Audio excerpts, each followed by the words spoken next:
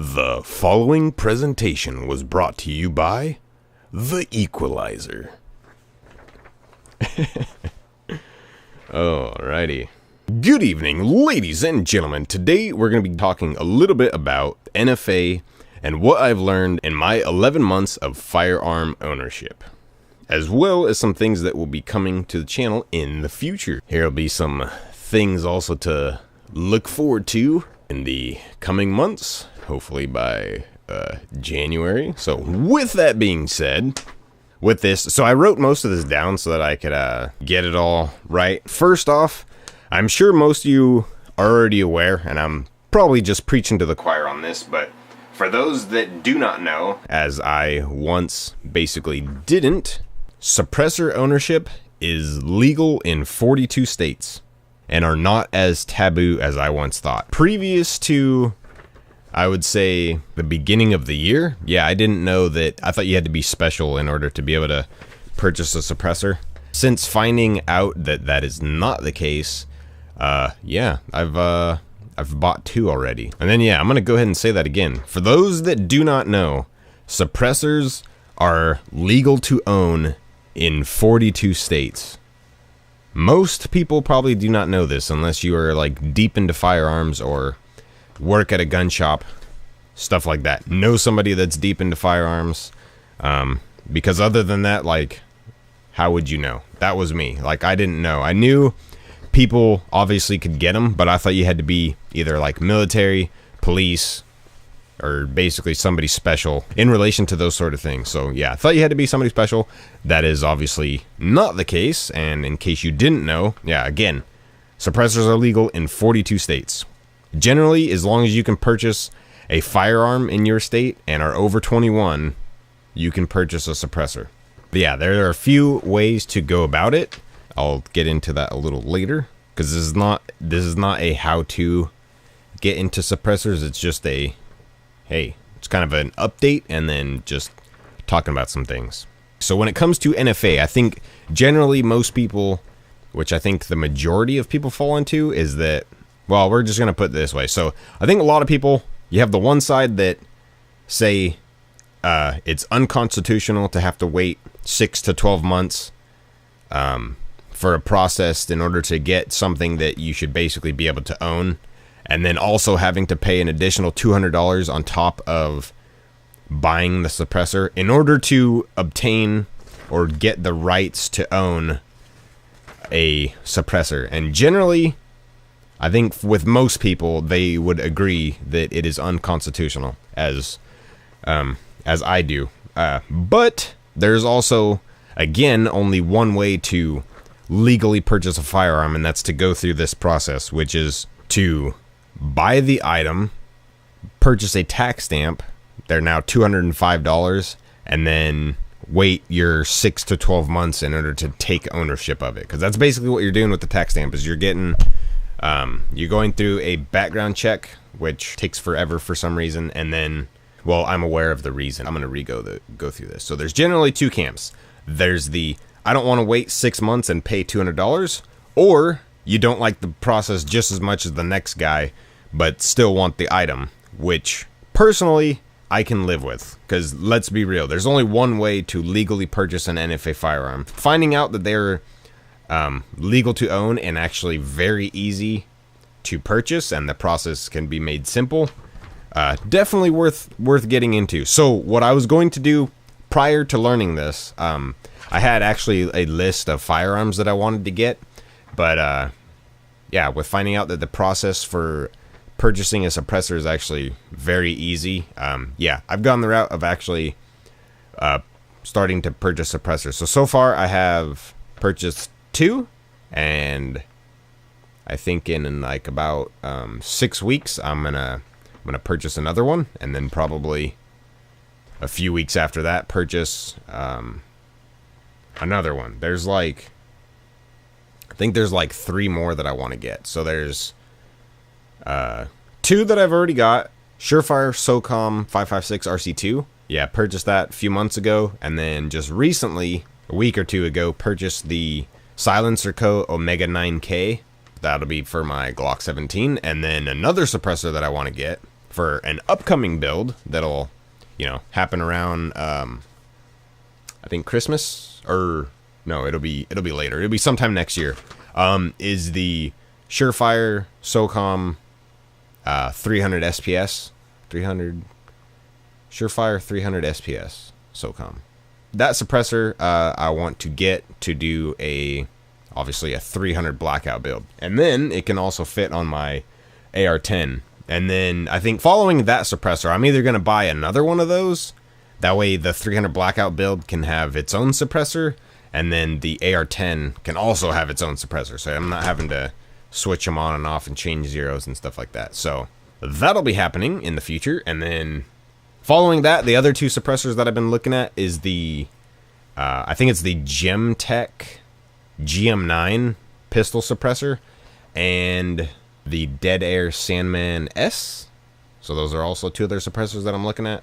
Because the pistol suppressor, that GM9, is actually relatively cheap. So for a suppressor, it's relatively cheap. And yeah, the Sandman S is also, I think, relatively cheap compared to others, because the Surefire that I'm wanting, it's basically $1,000. Yeah, and I think I want two of those. And then the Dead Air is like $100 less. It's like 120 or something, or it's like 820. And then I think that's generally the only ones that I'm looking at besides the 300 SPS. Let's get back to the notes. We're getting off topic. Okay, I'm gonna preface this is not an ad. Okay, this is not an ad. This is not an ad. It's not an ad. Okay. The following presentation was brought to you by... No. Okay, so... And I just made notes. I'm just like talking about suppressors. That's it. Just talking about suppressors, NFA, blah, blah, blah, blah, blah. Okay. Again, going back to that, there's only one legal way to purchase suppressors, and that's to go through the process. Now, what is that process for those that don't know? Okay, so if you're wanting to purchase a suppressor, how do you do it? How do you go about it? Where do you buy a suppressor? That sort of thing. Because this is also stuff that I didn't know prior to really looking it up, and obviously seeing videos about where I purchased mine. There's two ways to purchase a suppressor. The one is you go through a gun shop that sells them, or a dealer that sells them, which is most likely going to be a gun shop, and you purchase it through them. There's two things you can choose. You can choose an individual or trust. So I'm doing individual just to keep it simple, and not have to wait as long. Just a quick breakdown. Okay, so if you're wanting to do an individual, basically there's no delay in the process, and it's straightforward. There's no extra stuff you have to do. Okay, if you want to do a trust, you have to have your information and all the information of the person who you are putting on your trust. Traditionally, you would go through a lawyer to set up a trust, but with the advent of Silencershop and their kiosk, you don't have to do that. You just have to both have access to a Silencershop kiosk. Through the kiosk, you put in your information, be the same information you would put as if you're purchasing a firearm, and then there's just a few other things that it asks. You have to get, you get fingerprinted for the background check. So it's like literally the same thing. All you're doing that's different, as long as you go through the kiosk, is one, you don't get it the same day. Two, and this is not in regard to a trust. This is if you're just purchasing a suppressor. This is rambling at its best. Okay, so whoa, I totally forgot what I was saying. Yeah, so there's only one way to legally purchase a suppressor, and that is to purchase the suppressor, pay a $200 tax stamp, or tax, for your tax stamp, and then to wait the 6 to 12 months that it takes for the ATF to process your paperwork, and then there is no and then. So it just that's what you do. That is the short of the process. Basically, up until a few months ago, I thought that suppressors were unobtainium and that you had to be somebody special basically to get them. And since that is not the case, what's the best way of going about it? So from my experience so far, I would highly recommend Silencershop. That is who I am currently going through for my suppressors, and probably the only way that I'll be doing it in the future, because they keep you constantly updated. So if there's any issues, they will let you know so that it can be fixed quickly and promptly. I don't know the process of doing it through a deal. I guess through the dealer. So if you were doing it through a gun shop that directly has them, you would purchase it through them. And if they don't have a kiosk, getting back to that, if they don't have a kiosk, you're just going to be filling out paper,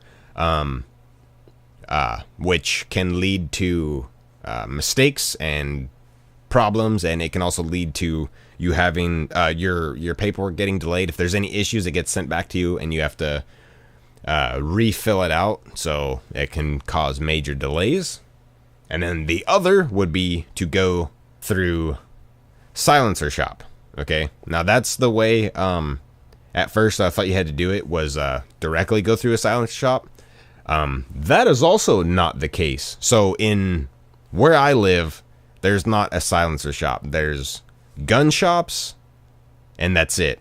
So, but there are gun shops that have the Silencershop kiosk, and with that, that is the key to getting, I guess, easy access to being able to purchase a suppressor. Because if you have a gun shop that has a Silencershop kiosk, that's basically like going through Silencershop. So for me, I learned about the process. I looked it up online. Basically, I just looked it up on YouTube, and then once I discovered the Silencershop route, if you just go on their website, look at their stuff, you can check out, it'll actually show, like, there's a little diagram that shows the process, which it's like a 5-step process, and I did most of this from my house. So when I went to actually physically to the gun shop, to the kiosk, and I'll get to the process in a minute, but like I went, okay, so first thing, again, going back to that 5-step process. So very first thing that you do is obviously you decide what suppressor you want to purchase. Okay, so let's see, for example, in my case, I looked up suppressors, blah, blah. I wanted a suppressor for my existing firearm. Both of my, well, let's just say the most used rifles are 5.56. So I was looking for a 5.56 suppressor. Narrowed it down to basically the Surefire SOCOM 5.56 RC2. So I decided that that's the suppressor I wanted to get. Okay, so once you go on Silencershop, you just, with this also being the first step, you add it to your cart, and then you also have to purchase a tax stamp. So then you add the tax stamp to your cart, and then once you're ready to check out, you go through the checkout, you put in your information, you buy it, boom, you pay for it. So that's another thing, is you pay for both at the same time, and then you get a email confirmation. As long as the item is in stock, you get an email confirmation, and then they, within, I think it's, so you get an immediate, if I remember correctly, an immediate email confirmation confirming purchase, and then the next email that you will get will come to you within 24 hours, which will have your, so if you're doing it for the first time, we'll have your serial number, and then the next steps that you will have to take to finish basically the NFA process, because when you go through Silencershop, they handle all the paperwork for you, right? So that takes one step out, and also can eliminate a lot of paperwork errors. So if you do it through them, that's another thing, is you're more likely guaranteed to have a smooth experience than not. That'd be the alternative. The second email is going to have, again, your serial number of your suppressor. It'll have some other information, the remaining steps that you'll have to take, and then it'll also have a QR code. And with that QR code, you will then locate a Silencershop SID kiosk. And at the kiosk, if you didn't already do it from home, you will go to the kiosk, because the only parts that you can't do, basically the only thing that you can't do from home, is the passport style photo and fingerprints, and then confirming, I think confirming your information. That's, you can't do that stuff from home. Everything else you can do from home. So filling out basically the 4473 for it, and then a couple other things, you can do that from home. So once you purchase your suppressor, you'll get I think you'll sign up for an account, and in there you can fill out all your information.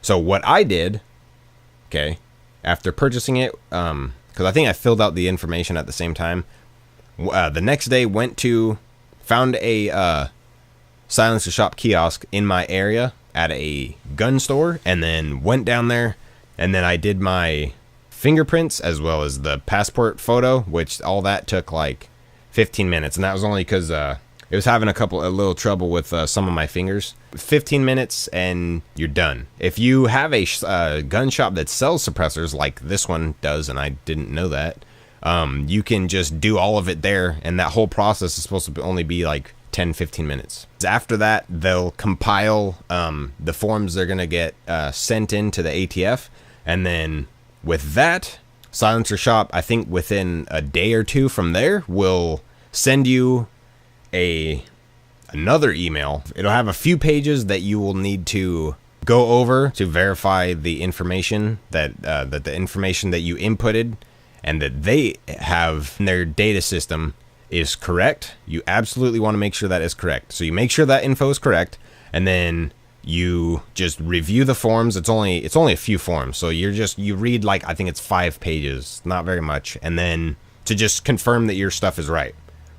And another thing that you'll do is you will have selected a dealer if it's not the gun shop in which you are purchasing the suppressor and or using the SID kiosk at. So that is another thing you'll have to do, and then you'll get that confirmation email with your info that they compiled, and then you're going to go in there, and this will be the e-sign part of the suppressor process, and then you're going to go in there, just double check the information is correct, and then check it again, and then if you need to, just check it again to make sure that the info is correct, and then you will e-sign it, boom, and then they send your info to the ATF. They send you another email. Well, okay, so they find you sign that, and that finalizes your part. So from there, Silencershop will take your info, and then from there they'll be able to generate the necessary paperwork for the Form 4 as well as other stuff, the application and for the tax stamp. I think the max is like 40 days, but from there, the next email you would get from Silencershop will be confirmation that the ATF received your application and they cashed your check for your Form 4 if you're doing a suppressor or SBR. So yeah, that's basically where I'm at so far. Already purchased 2 suppressors. The second one is just waiting on that confirmation that the ATF received it and cashed the tax stamp. Because another thing is they still do it by paper, but you fill it out electronically, which eliminates any mistakes that could possibly be made, as long as you don't mess up when you're doing the paperwork. Yeah, so obviously some things that will be coming to the channel are suppressor reviews later on this year, and yes, I'm personally purchasing them, so they're mine. They're obviously going to be unbiased because they're mine, or they might be biased because they are mine, but yeah.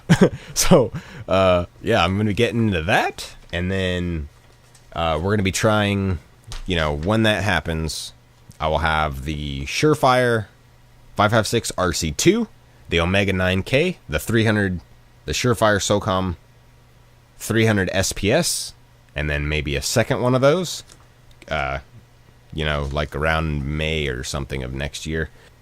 So with all that being said, I kind of want to talk about what I have learned in my 11 months of firearm ownership. So yeah, so far I've only I purchased my first firearm in June of 2018, which was my Glock 17. And then, yeah, I just want to go over my previous experience to that. So, or even why I purchased a firearm in the first place. Yeah, the reason that I purchased a firearm in the first place was on recommendation of from my friend.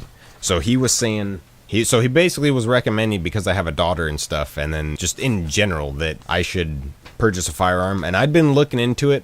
Like at that time, I had looked into it a few times, but never really took it seriously. And I think it was like in 2016, I'd thought about getting my concealed carry, and then just never did, because at that time couldn't really afford a firearm. Yeah, just wasn't really that into it. Like at that time, I guess personally, like I didn't really see the need for having one. Like I'd wanted one, and it would have been just for fun, but like I didn't, and it's kind of still the case. But and since then yeah, that has definitely changed. Yeah, and I got one obviously for self-defense, as well as concealed carry. And then I also have a daughter. That's why I got one. One has turned into many. I purchased my first firearm in June of 2018. Okay, prior to that, my only experience that I'd had with firearms was just shooting a couple rounds here and there up at my grandpa's house, and most of those being a revolver and not using ear protection, because my grandpa doesn't do ear protection. He doesn't even own ear protection. So, and you know, with that being how I'd had experience with them, I never found it fun. Couldn't get over the you know, how loud it was and it hurting my ears. And with me having very sensitive ears, it wasn't enjoyable at all. So, and then the next time that I'd ever had experience with a firearm was going to the range with my friend a couple times. So he has a few ARs and as well as a handgun, and he took me to the range because he was this is when I had started thinking about, you know, ARs and or firearms or whatever, and then like still didn't think it was a big deal to have one. Yeah, he took me, and yeah, I caught the bug. So now we're getting into NFA, and I haven't even owned firearms for a year yet. Yeah, it's pretty crazy. If I could do it all over again, if I'd known, I would have waited and just purchased a suppressor first and then got a firearm. Probably not the best call, but like, yeah, I think that would have been the best. Oh, and another thing, I didn't get my first firearm until I was 26. So, no, I was 25 at the time. Like I purchased it a month before I turned 26. So, wow, shows you how much I thought it was important. You know, if I knew then what I knew now, I probably, and this is like going so random, but if I knew then what I knew now, like had I known that suppressors and stuff were legal and easy to obtain, that was the main thing. I think I knew that they were legal. I just didn't know that they were easy to purchase. Like I thought, yeah, because like my friend kind of told me about the process. I didn't understand it because he said that, oh yeah, you could purchase it. He didn't say where you could purchase it. Like I didn't realize that you could just go to a gun shop that sells them, because the only places that I had ever seen guns at basically was Big Five Sporting Goods, maybe once upon a time a Walmart, Sports Authority, and then like Sportsman Warehouse. None of those places obviously carry suppressors, because the way that they're portrayed and stuff, like they seem super taboo and like, yeah, like unobtainium, like I said before. So if I could do it all over again, right? See, this is what makes you like, I wish that I had somebody that was into guns sooner in my life, but I think like the gun path I would have went down probably would have been a little different. But I wish I would have had that. That way I could have known more about them. Yeah, could have got into it sooner. But also didn't have a lot of money back then, so probably wouldn't have been as cool back then. Oh, okay. So yeah. So if I could do it all over again, right? I think the first thing that I would have done, if I didn't purchase a firearm first, would have been to purchase a suppressor first, and then shortly after purchase a handgun for self-defense. And if I could do the handgun over again, I probably would have got a Glock 19, because it's slightly smaller and it would make concealed carry a little bit easier than with my current setup. But my current setup shoots amazing, but the concealability is a little less than ideal. But yeah, so definitely would have got a smaller gun, and probably purchased the suppressor first, or not. That's probably not how you should do it, but that's, if I could do it again, that's what I would have done first, because like while you're waiting and saving up to get your handgun, like you could have a suppressor on the way, so, and already have that waiting. So by the time that you start, or that I would have been training with my gun, by the time I would have got finally decent at using it, would have had finally a suppressor to play with, I guess. So yeah, and then another thing that I would have done is had I knew then what I know now is I was also like getting new into firearms was also like intimidated by building. So the first firearm that I purchased was obviously the Glock 17. Okay, the first rifle I purchased was a PSA M4. Now that, if I could do it all over again, I would have probably preferred to build the gun. Since then, though, I have built a lower completely, bought all the parts and put it together. And one thing that's cool about that is you get to choose every single thing that goes into it. You don't have to upgrade it. Like, you can literally pick the parts that you want and have the rifle that you want and the features that you want. That is another thing that I would have done differently. But I was intimidated by the building process and just wanted to be able to buy one that was ready to use. And it's also, I say, good that I went that route too, because I also, in upgrading that rifle, like, learned the things that I wanted and or wanted different, or just I learned some things or shortcomings of, I guess, like a regular rifle. And like, ooh, you know what would be nice is having a better stock, because this one doesn't feel so great. So that type of stuff. And then like, just, oh man, I wish I could better grip so that I can grip the rifle better. And, you know, and that helps with stability. Things like that. So those things with having the pre-built rifle definitely learned. So yeah, there's pros and cons to both, which is interesting. And another thing that I would have done different is probably just built one rifle.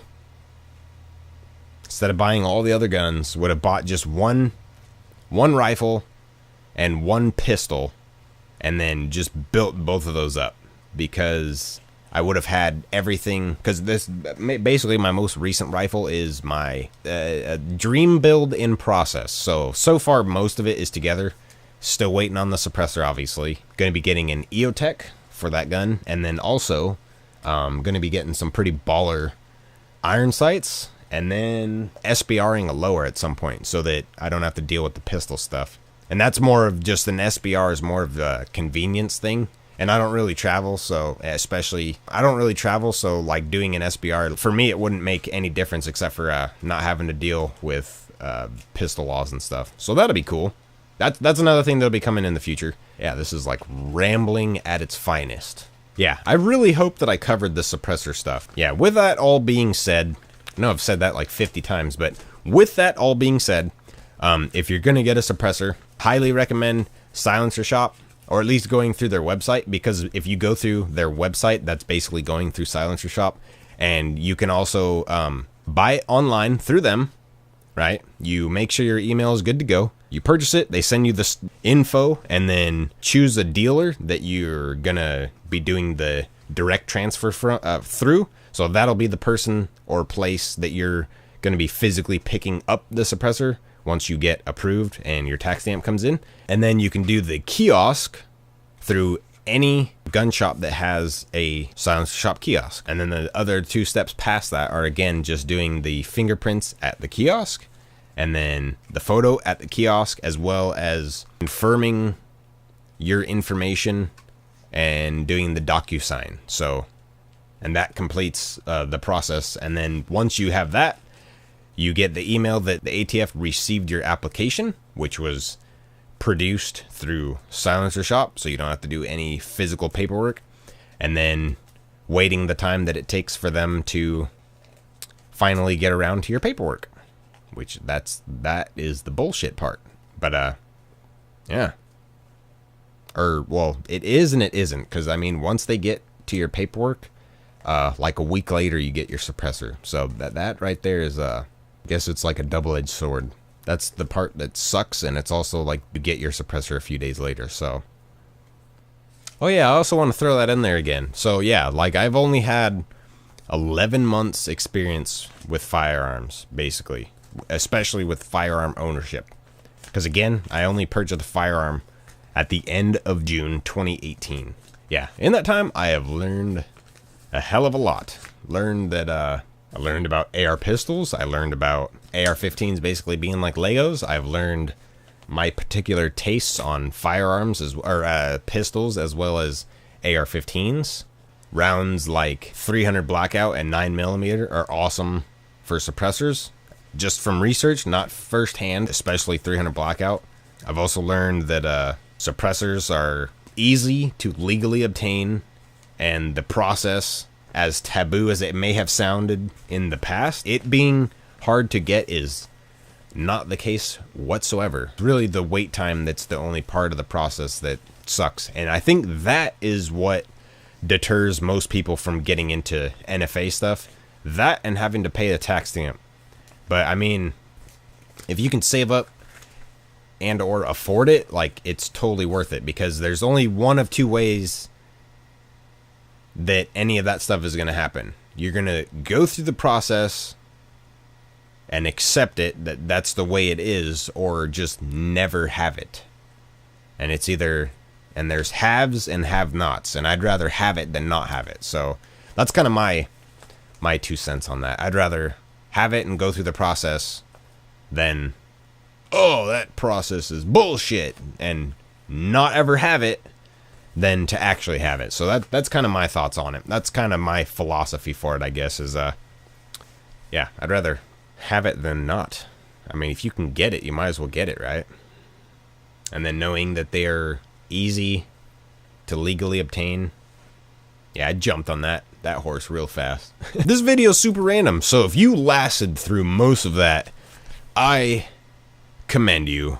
You get a round of applause, and until next time.